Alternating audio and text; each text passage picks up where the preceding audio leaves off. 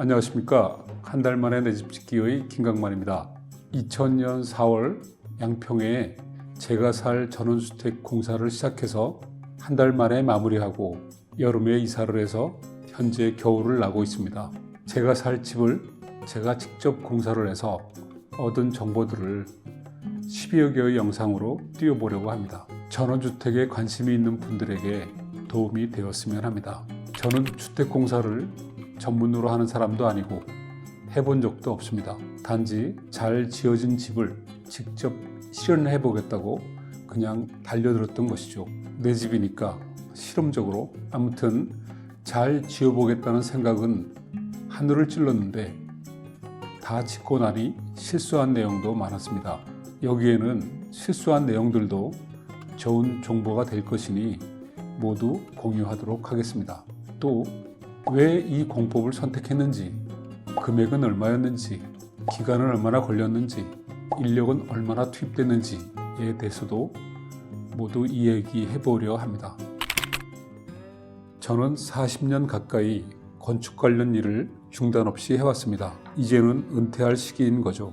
은퇴 후에는 그래도 내가 즐거울 수 있는 일을 해야지 라고 생각했습니다. 그것이 가벼운 농사였습니다. 이유는 그냥 땀의 결실을 느낄 수 있고 건강에도 좋고 이 정도의 이유였을 것입니다. 그래서 전원주택을 짓고 집 앞의 밭에서 농사를 짓는다는 그림을 그리게 되었죠.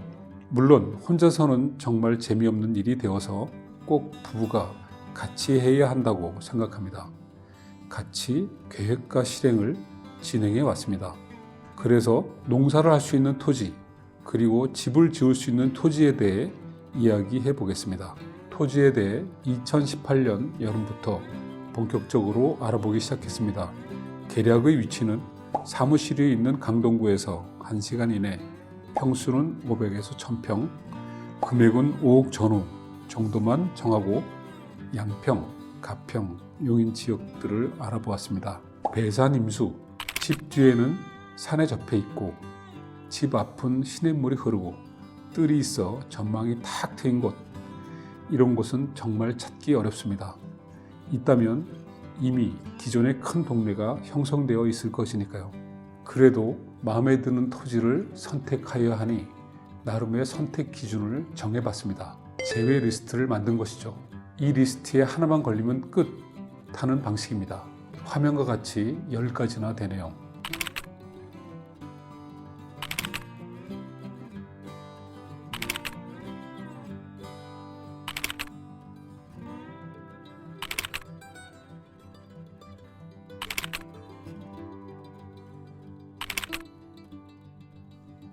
사실 이 10가지를 모두 통과하는 토지는 많지 않았습니다.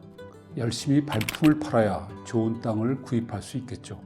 토지를 알아보는 과정을 정리하면 제일 먼저 인터넷 부동산 사이트에서 매물에 대한 평수, 금액, 이동시간, 향, 주변 여건들을 확인합니다.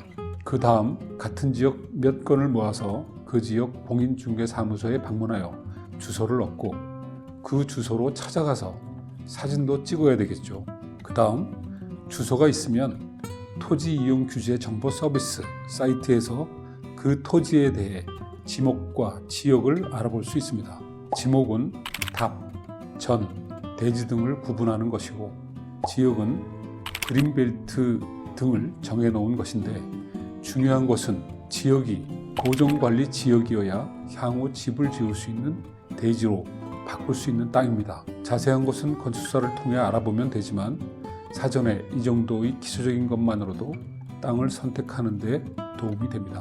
그 다음 인터넷 등기소에서 그 땅에 근저당이 있는지 확인해 볼 필요가 있습니다. 이런 과정을 통해 4개월 후인 2018년 양양고속도로 서종 IC에서 12km 떨어진 서정면의 토지를 구입하게 되었습니다. 참고적으로 고속도로 IC에서 12km라면 그 숫자의 1.5를 곱한 18분이 소요된다는 의미입니다. 산으로 둘러싸여 있지만 남향이고 2차선 도로에 접해 있으며 답으로 되어 있는 토지이고 구입할 당시에도 밭으로 사용되고 있었습니다. 1000평의 땅이었는데 6억 5천에 구입하게 되었습니다. 토지 매입 비용 외에 부대적으로 들어간 비용은 화면과 같습니다. 건축 설계를 진행하기 위해서는 지목 변경을 해야 합니다. 답으로 되어 있는 것을 건물로 지을 수 있는 대지로 용도 변경해야 합니다. 양평군의 대지에 대한 도시계획 조례에서 건폐율은 20%, 용적률은 80%로 정하고 있습니다. 건물의 수평투영 면적, 즉 건축 면적이 40평 정도라면 200평을 대지로 되어야 한다는 의미입니다. 건물의 배치는 최대한 북쪽으로 밀어서 남측의 시야가 확보되도록 하였습니다. 건물을 배치할 때 농지와 정원을 어떻게 배치할 것인지도 건축 설계와 협의하여 평면을 계획할 때 참고가 될 수 있을 것입니다. 전에 살았던 아파트 평수와 비슷한 규모인 1층 30평, 2층 15평, 총 45평이라고 건축사에게 전달했습니다. 전원주택을 설계하는데 건축사가 최종 마무리는 하지만 어떻게 하면 좋겠다는 건축주의 의도를 자세하고 확실하게 전달하는 것은 매우 중요합니다. 화면의 내용은 도면 보안에 대한 내용을 스케치하여 전달한 예입니다. 우리 동네는 전원주택이 많은 편이라 예쁜 건물들도 꽤 많습니다. 이 건물들이 동네의 전체적인 풍광을 형성하고 있고요. 우리 집도 어느 정도 이 풍광에 어울려야 한다고 생각했습니다. 우리 집의 외곽 디자인은 전적으로 건축사인 김기영 소장님에게 맡겼지요. 처음 저감도가 왔을 때 한눈에 이거다라고 생각했습니다. 공사도 이 디자인에 충실하게 진행하였습니다.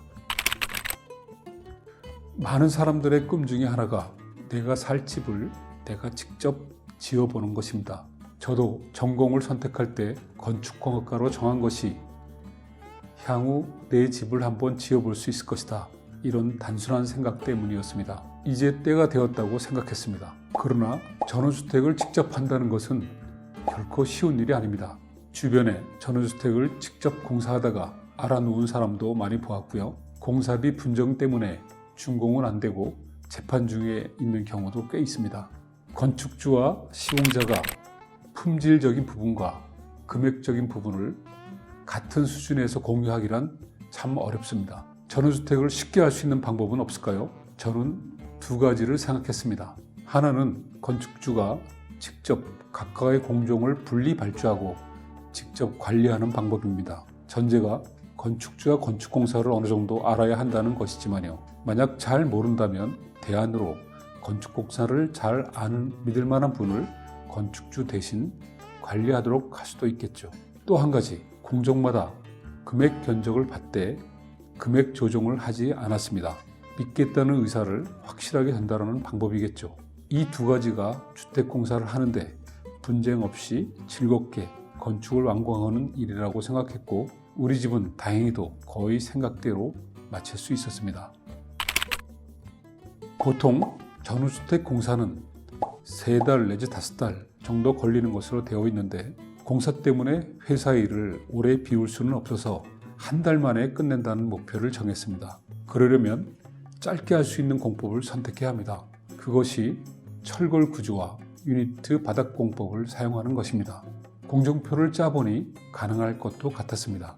하지만 계획대로 되지는 않았습니다.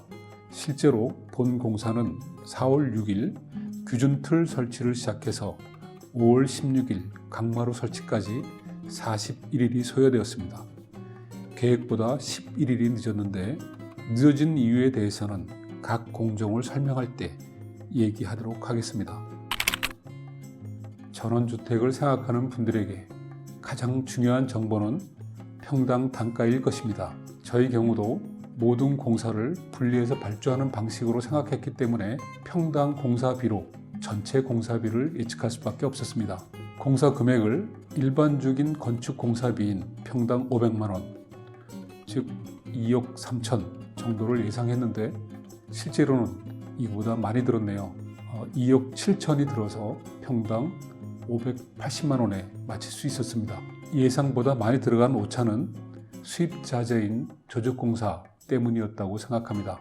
예측하기 어려웠던 것이겠죠. 여기에 평당 금액은 본 공사 비용이며 여기에 공사 준비 비용과 공사 후 비용은 상황에 따라 추가하여 고려해야 할 것입니다. 앞으로 매 영상마다 맨 뒤에 소요된 비용을 공개할 예정인데 화면과 같이 총 공사 비용을 공사 준비 비용, 본공사 비용, 공사 후 비용으로 나누어 표기할 예정입니다. 보시는 분들이 어디까지를 평당 금액으로 넣을지를 결정하시면 될 것입니다. 이렇게 나누는 이유는 예를 들어 공사 준비 비용인 대지 경계의 서축공사 비용이 8천만 원 가까이 들었는데 이 비용을 본공사 비용에 넣는다면 평당 비용은 왜곡되어 버립니다. 나누어서 생각하고 계산해야 평당 비용에 대한 감각이 바로 설 수 있을 것입니다. 다음 영상부터는 실제 발생한 공사 비용을 맨 마지막 화면에 누적해서 보여드리도록 하겠습니다. 다음 편도 기대해 주시기 바랍니다.